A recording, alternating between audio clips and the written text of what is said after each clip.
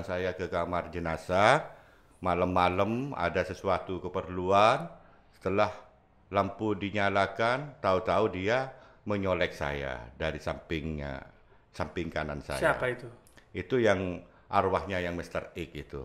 Ada kelihatan. Ada kelihatan, wujudnya seperti Di mana aslinya. nyoleknya itu, Pak? Nyoleknya itu di bahu Di saya bahu. ini, iya. Lokasi di rumah sampean. Di itu, lokasi di kamar mayat waktu Rumah itu. sakit lama ya? Rumah sakit lama sebelum dibongkar.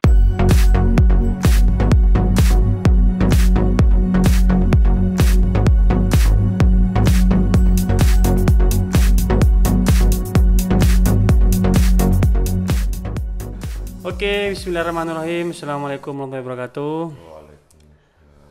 Malam kali ini saya kedatangan bintang tamu yang saya minta secara spesial, legenda kamar mayat RSUD Bangkalan. Selamat malam Pak Yanto. Selamat malam, Assalamualaikum warahmatullahi Oke. wabarakatuh. Jadi kebetulan malam hari ini adalah malam Jumat. Jadi cocok sekali tamunya Pak Yanto. Pak Yanto, langsung aja Pak Yanto. Sejak kapan ada di rumah sakit Pak Yanto? Saya mulai di rumah sakit tahun 91. Waktu itu saya langsung mendapat SK dari direktur, waktu itu Dr. Furkon, direkturnya. Tahun berapa? 91? Tahun 1991. PNS itu? Saya sudah PNS waktu itu. Oke. Saya sebelumnya 5 tahun di Dinas Kesehatan Kabupaten Sampang. Oh, oke. Itu. Memang saya waktu itu langsung ditugaskan ke kamar mayat waktu itu dari tahun 91 dengan senior saya yang sekarang sudah almarhum namanya Pak Kusairi. Jadi 2 orang. Sampean Dengan Pak Pak Kusairi Kusairi, seniornya sampean? iya, Oke. untuk pengganti karena dia mau hampir pensiun waktu itu. Kok memilih kamar mayat itu gimana? Sebenarnya pada waktu itu saya itu belum siap untuk ada di kamar mayat. Pengennya milih jadi dokter ya mungkin ya? Bukan, Oh, bukan. bukan. Alasannya gini, Pak Wadir, Pak Dr. Wahad. Waktu itu saya kan belum punya ilmu forensik. Oke. Satu. Yang kedua, saya itu yang merasa junior, jadi kurang anu. Kebetulan waktu itu saya merangkap dengan poli bedah. Oh, jadi basicnya apa Pak Yanto? Perawat atau? Saya dari pekerja kesehatan, dari umum. Oh, prakarya Iya, kesehatan. jadi Sekolah dulu itu ya? pekerja kesehatan itu siap ditempatkan di unit apapun Di rumah sakit. ya di rumah Oke. sakit. Tahun 93 saya kedatangan kiai karismatik yaitu almarhum Kiai Haji Amin Imron Oh. pada bulan Agustus Tahun 9? tahun 1993. Sebenarnya saya itu dari 91 sampai 93 saya sendiri itu ndak senang di kamar mayat. Oke. Waktu itu ya karena keterbatasan ilmu juga kebingungan dalam menghadapi jenazah. Jadi saya itu lebih senang di poli bedah Di waktu poli itu. bedahnya. Dan lagi masih ada senior dari saya. Oke. Jadi saya itu kurang kompetensi waktu itu. Oke. Setelah kedatangan almarhum Kiai Haji Amin Imron pada waktu itu dia itu berobat overbending Di poli bedah? di poli bedah. Oke. Sakit apa beliau waktu itu? Dia sakit limpadinopati. Oke. Nah, di Jakarta, incisinya di Jakarta, di saya hanya ganti perban Perban. istilahnya. Setelah itu dia tanya ke saya, kamu dari mana? Mungkin karena puas dengan perawatan saya waktu overbending Beliau itu. waktu itu ke DPR RI bukan? Waktu itu di PRRI. DPR RI. Oke. Waktu itu di PRRI masa reses waktu itu jadi dia kebetulan pulang ke Bangkalan.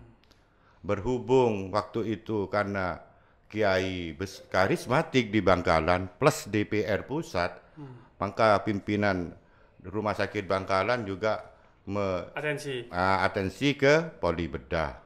Dan dia bilang sebelumnya almarhum ini bilang, dia tanya ke saya kamu anak mana? Terus saya jawab saya asli Soca, tapi saya keluarga punya istri di Burneh, Embong Miring. Terus. Setelah dia itu tanya apanya Bapak Abdul Rashid, saya menantunya. Ternyata masih ada nasab dengan Bapak Abdul Rashid tersebut. Jadi saya itu katanya almarhum, katanya beliau masih mantu ponaan dua pupu, bilang gitu Pak Dokter. terus. Nah, setelah itu dengan adanya rombongan dari pihak manajemen, dari direktur, dia atensi ke Poli Bedah, terus beliau bilang, Pak Direktur, saya titip anak saya. Ya Pak Kiai, letakkan di kamar mayat, tidak mau, begitu. Eh, Kenapa? Alasannya kamu tidak mau. Ya Pak Kiai, saya tidak tahu ilmunya masalah forensik. Terus, maunya apa kamu? Saya ingin sekolah ke Dr. Sutomo, gitu. Ya Pak Dokter, ini ya anak saya ini mulai hari Senin sudah SK-nya penuh di kamar mayat. Nah, bilang gitu beliau itu. Almarhum Kiai Amin tuh bilang gitu. sekolah sampai setelah itu. Setelah 1 bulan saya dipanggil ke Dr. Sutomo. Oh, sekolah. Sekolah ya, Oh, diklat istilahnya. Diklat lah ya. Berapa bulan? Diklat 3 bulan tapi full 24 jam. Oh, Tidak boleh kos di luar. Saya tidur di kamar mayat di Sutomo. IKK Dr. Sutomo selama mendampingi forensik Profesor ya. Harun. Dia itu memberi pelajaran ke saya itu Yang awalnya curhat ke Ki Amin supaya nggak di kamar mayat, suruh langsung fokus di kamar mayat gitu. fokus di kamar mayat. Beliaunya bilang begini, saya tolong ya titip masyarakat Bangkalan, sampai 3 kali menepuk pundak saya Pak Dokter, gitu. Akhirnya dengan amanah ini sampai hari ini alhamdulillah saya masih bisa menjalani amanahnya beliau, walaupun dulu pernah ada penawaran kalau mau pindah begini-begini, saya menolak dengan Tetap halus. di kamar mayat Tetap aja di ya. kamar mayat karena ini merupakan amanah Amanat. dari Sepuh almarhum ya. Almarhum. Kiai karismatik Sekolah di Bangkalan. Sutomo berapa bulan? 3 bulan waktu itu, mulai bulan 9 tanggal 13 September sampai tanggal 13 Desember. Oke. Dan waktu itu sempat menangani bongkar mayat itu kasusnya Marsinah. Kasus Marsinah. internasional waktu itu ke Sampai Nganjuk. yang anu berarti. Saya juga terlibat di dalamnya, Oh, ikut. oke. Jadi waktu bongkar Marsinah itu merupakan pengalaman yang berharga buat saya. Gimana ceritanya waktu itu Marsina itu? Waktu itu Marsinah itu ya kasus penganiayaan. Oke, mayatnya bagaimana waktu itu? Mayatnya waktu itu ya karena 7 bulan di dalam di liang lahat Ya. itu ya memang agak berbau waktu Ada itu. tanda-tanda pemukulan penganiayaan enggak waktu itu? Waktu itu ya memang ada. Ada ya. Memang ada tanda-tanda unsur-unsur kekerasan, memang ada. Oke. Tapi waktu itu yang saya amati dan saya berkesan pada waktu itu, saya tidak kuat ke bau, bisa jadi kuat ke bau. Oh. Waktu itu yang menjadi pelajaran berharga buat saya. Oh, dulu awalnya nggak begitu Saya kuat, dulu gara-gara memang Marsinah ini jadi kuat. dengan adanya ini kasus Marsinah ini, saya sudah kuat ke bau waktu itu. Sampai Profesor Harun itu mengancam saya kalau tidak turun ke bawah, ke lubang lahat. kuburan ya, untuk Kuburannya. mengangkat jenazahnya tersebut gitu. Oh, yang ikut ngangkat berarti jasa? Iya, saya ikut ngangkat dengan teman yang dari Dr. Sutomo, 3 orang personil dari kamar mayat Dr. Sutomo. Pak Yanto ini berarti legendanya kamar mayat berarti ya. Insya Allah.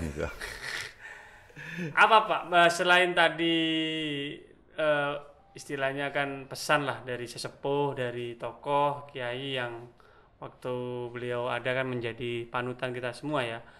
Selain itu yang menjadikan sampai bertahan sampai sekarang di kamar mayat itu apa? Iya. Merasa pekerjaan ini sebagai apa sih? Kok senang gitu? Ya, di samping itu mungkin sudah terpatri Ah, amanah dari sesepuh ah, ulama Bangkalan, khususnya Madura, ah. itu yang memang sudah melekat. Jadi dengan saya itu, kamar mayat itu sudah separuh nafas jiwa saya gitu. Dewa ini. Separuh nafasnya di Separuh kamar nafasnya. mayat. Oke. Ada kejadian-kejadian lucu nggak Pak? Apa bukan lucu ya, serem sebenarnya. Waktu menjadi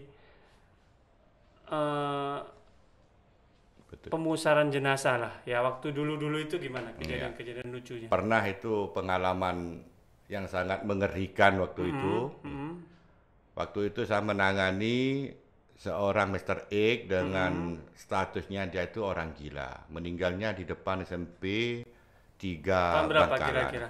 kira-kira tahun 97. 97. 97 waktu itu. Setelah dapat 40 hari kurang lebih, kebetulan saya itu Mr. X itu berarti orang yang nggak dikenal ya? ya tanpa identitas. Tanpa identitas, oke. Dan dia itu statusnya orang gila itu. Orang gila, Ya, oke. menurut masyarakat dia itu memang orang yang kurang waras. Jadi setelah saya kubur kurang lebih 40 hari, kebetulan saya ke kamar jenazah, malam-malam ada sesuatu keperluan, setelah lampu dinyalakan, tahu-tahu dia menyolek saya dari samping kanan saya. Siapa itu? Itu yang arwahnya yang Mr. X itu. Ada kelihatan. Ada kelihatan, wujudnya seperti Di mana aslinya. nyoleknya itu, Pak? Nyoleknya itu di bahu Di saya bahu. ini, iya. Lokasi di rumah sampean? Di itu lokasi di kamar mayat waktu Rumah itu. sakit lama ya? Rumah sakit lama sebelum dibongkar ya. Memang waktu itu rumah sakit lebih-lebih kamar mayatnya itu sangat menyeramkan waktu itu memang. Dicolek sampean nggak kaget lagi? Nah, waktu itu saya kaget. Alhamdulillah dia itu wujudnya seperti waktu manusia. Mau meninggal Iya, waktu seperti manusia. Masih manusia ya? Enggak Nggak macam-macam. terbang gitu nggak ya? Enggak, waktu Sundel itu bolong, enggak. bolong? Bukan, Dok, Oke, iya. oke. Nah, setelah dia colek, baru dia itu tertawa ke saya. Oh, kamu itu bilang terima kasih mungkin ya. Ya sudah, kembali ke alamnya. Saya doakan dari sini. Akhirnya itu balik, pergi lagi itu. Oh, Sampai-sampai saya karena itu kurang percaya, sampai-sampai saya itu dilihat dengan apa itu? Dengan sikap tidur. Ternyata dia itu apa ya? Melayang 1 jengkal dari tanah oh. waktu itu. Jadi dia itu oke. pergi gitu. Ya, Ada lagi yang lain, yang lain. ya ada lagi misalnya ke rumah saya bermain notok pintu 3 kali. Dia bilang manggil saya Pak Yanto, Pak Yanto, Dibuka? Pak Yanto, dan saya dibuka. Itu waktu itu istri saya itu ketakutan waktu itu. Oh. Istri saya itu sampai bilang, itu loh tamunya kamu datang gini. Dia itu sudah ngerti kalau itu yang datang itu arwah yang diperiksa saya yang di rumah sakit Bangkalan. Oke, oke. Gitu. Kadang-kadang di rumah itu kalau malam Jumat gini, Pak Dokter, kadang-kadang baunya harum gitu. Oh, gitu. Kayak bunga-bunga itu tapi yang tidak ada yang di bumi nih. Warna apa? Bau kayak gitu. Bau aromanya itu kadang Nggak ada tempat lain. lain, ya? Iya. Memang harum. Pernah 1 kali itu baunya waduh sangat busuk sekali. Itu tiba-tiba aja ya? Iya, tiba-tiba perendak. Nggak tetangga bakar-bakar enggak ya? Nggak ada? Enggak ada itu Pak Dokter. Ya memang kalau memang lain, baunya itu lain. Terus istri saya itu bilang, itu loh tamumu datang itu loh di kamarnya kamu gitu. Karena saya itu ada kamar khusus gitu. Oke. Jadi apa ya, datang ke saya itu sering. Ada lagi kadang-kadang pas tidur terasa dinaikin di atas gitu. Oh, Sampai saya itu ketindian. sesak napas gitu.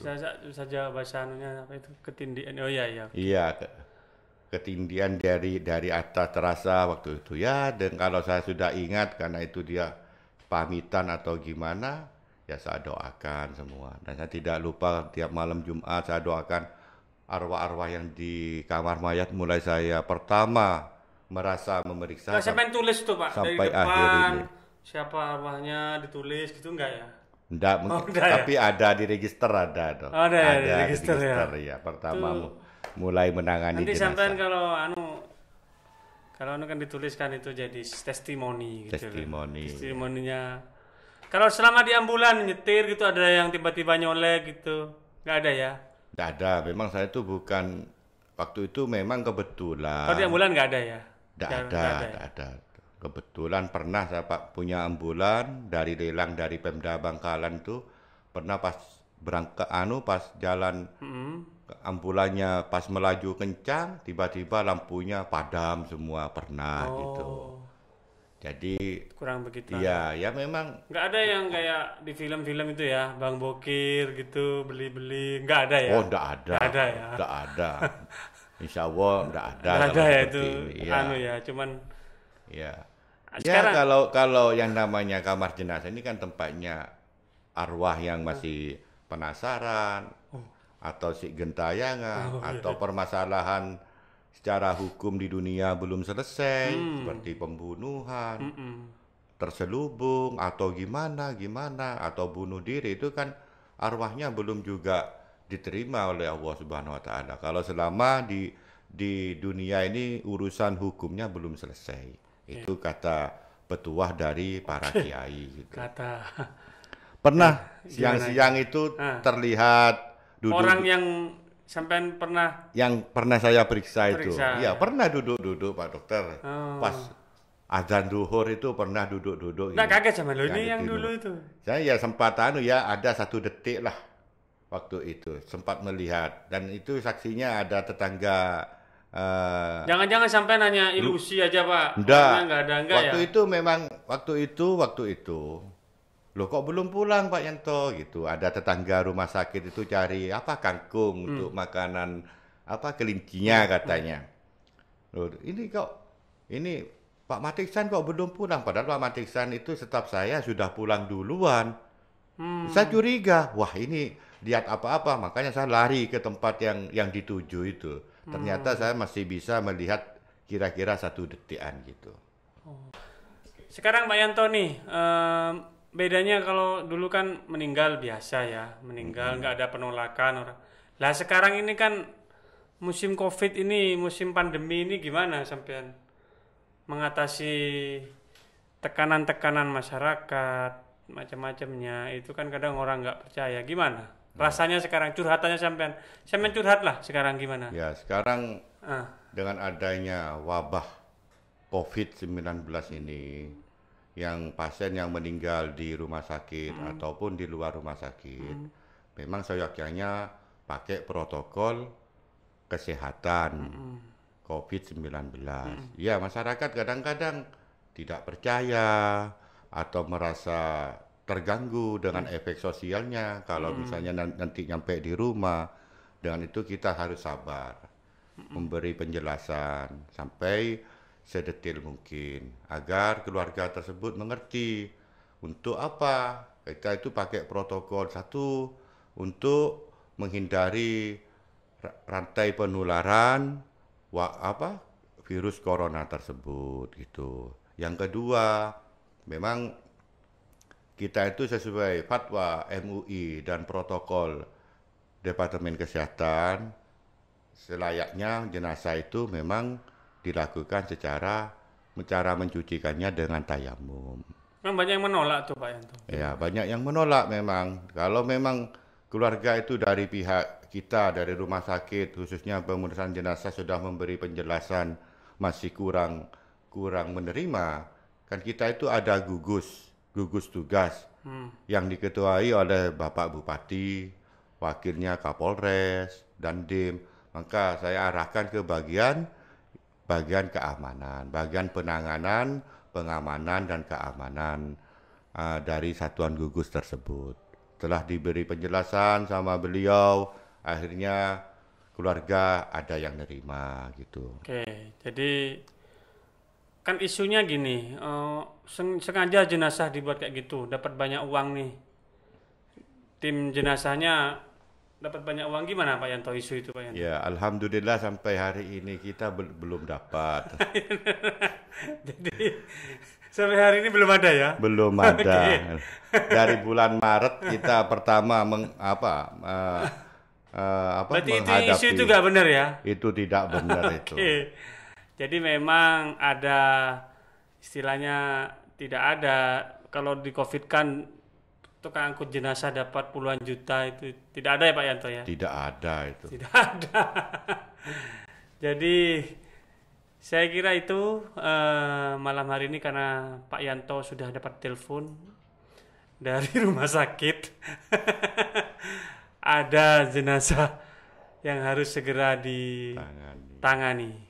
Jadi kalau dokter itu jenazah pasiennya orang hidup, kalau Pak Yanto ini pasiennya adalah jenazah. Ya, terima kasih. Semoga malam hari ini kita mendapatkan barokah, mendapatkan ilmu, mendapatkan informasi, ya sharing-sharing aja lah. Seru-seruan dengan Pak Yanto. Terima kasih Pak Yanto. Sama-sama Pak. Assalamualaikum warahmatullahi wabarakatuh.